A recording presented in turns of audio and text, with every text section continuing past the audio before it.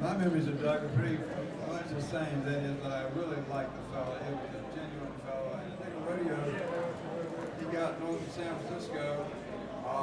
He couldn't get there on time, so he asked me to come back, get there, and fill in for about an hour, you know, and sing some songs, and he'd get a special flight in and make it to the show. And so I entertained the crowd, you know. I did my songs, and I told the jokes and what I do and everything like that. And then I told him I would be here pretty soon. And then Doug got there, and they brought him in by putting him on a real rodeo pony. And a lot of people didn't know this about Doug, but Doug had been raised around horses. Well, like you already told you, he knew some things about horses. Well, you know, you wouldn't imagine.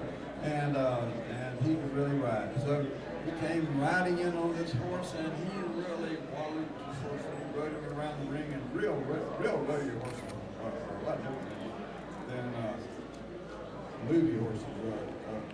Movie horses, they literally stand there, and they hear the director say action. They'll start off, and you'll be riding along, and they'll hear the director say cut, and they'll head for the waterfront. Anyway, he rode in on this horse, and then he got up on stage, and I said, Doug, you know, that was really some riding. Golly, I never seen you ride a horse like that. I said, how did you learn to ride like that? He said, well, Randy, I was raised part-time on a ranch. I said, you were? What was the name of it? And he said it was the Circle R, Lazy J, Target, Lightning Bolt, B-Bar Q, Target. I can't remember all of it. It went on and on. And after he got through, I said, well, gee, Doug, that sounds like the name of a really big ranch. Did you have a lot of cattle? And then he flashed those 82 teeth at the audience, and he said, no, we didn't have many cattle. Not many of them survived the branding.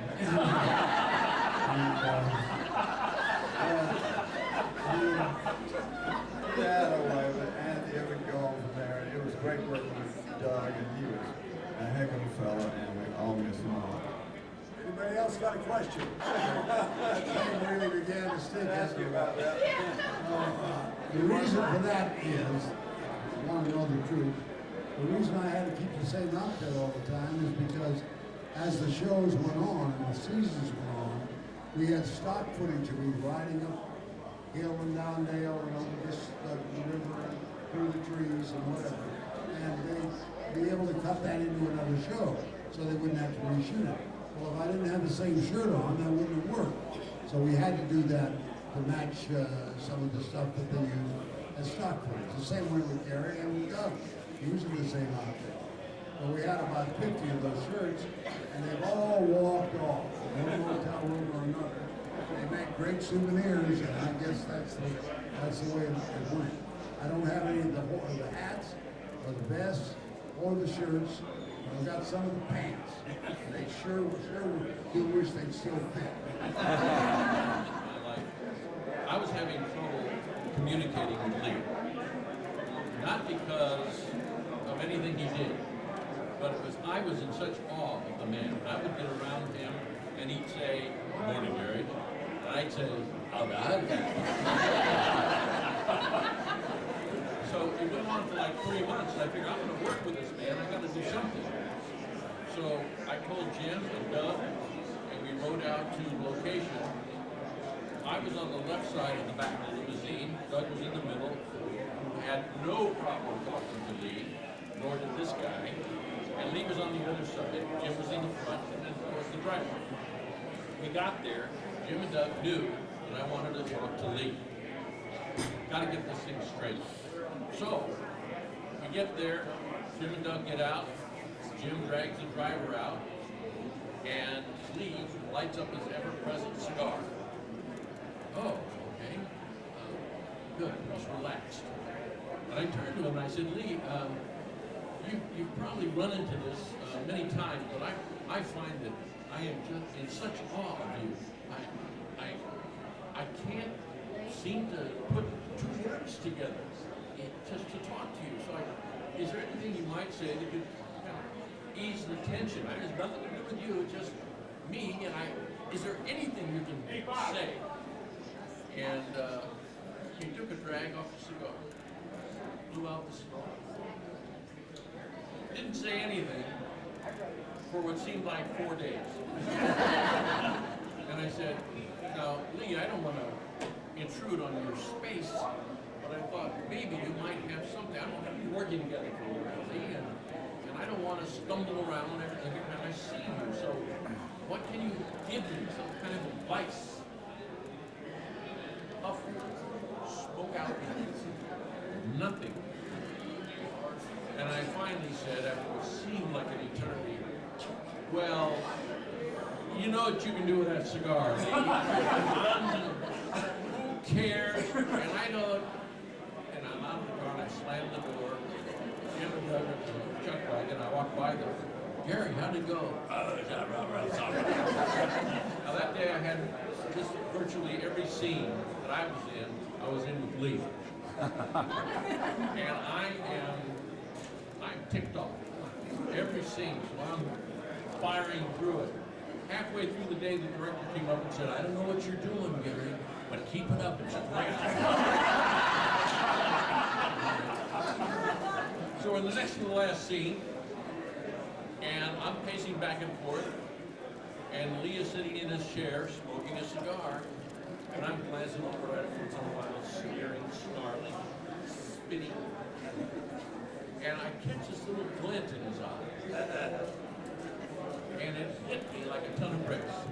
I went over to him and I said, you son of a gun, you did that on purpose. And he stood up and gave me this big hug. It was that an actor, that a person would do that for another human being, just knocked me out. And from that day until the day he died, we were friends. I saw him every day, hugged him a couple of times, kissed him on the lips. But I'll never forget him for that. He was an extraordinary human being. This is his daughter. I sat for 4 hours while she and Lee did a job. She was sick in bed or something. Lee was sitting on the side of the bed. And just watching these two interact brought tears to my eyes. It was incredible, the relationship there. It brings tears to my eyes. I love, first of all, I just have to tell you, I love Lee J. Clarke. And one of the things I remember, do you guys remember him when he used to come in and flip his toupee all the time? He would come in and flip his toupee. Or apparently, I think he used to be a dancer, and I remember one day there was some kind of a bar or something, and he was like, all these ballet steps. I mean, he had a very, very dry wit. And I just love, one of the things that I do remember about Lee J. Clarke, do you remember the directors, Morton Fine and David Friedkin, that we had? Anyway, if you notice on the show, I always played this little girl next door, peppy little girl, and I remember having this one scene where I came and I was supposed to go, hi, Daddy, you know, I did a few times, and the guy pulled me aside and he said, you know what? He said, this is not your real personality, is it? And he said, you know, you need to tone it way down. And of course, I was just almost in tears, and I went out and, you know, came out to the scene, and I remember Lee J. Coming up to me right after the scene, and he said, don't you let that man hurt you. And it was just so touching to me, but I loved him. As you can see, I'm really emotional. He was a great man.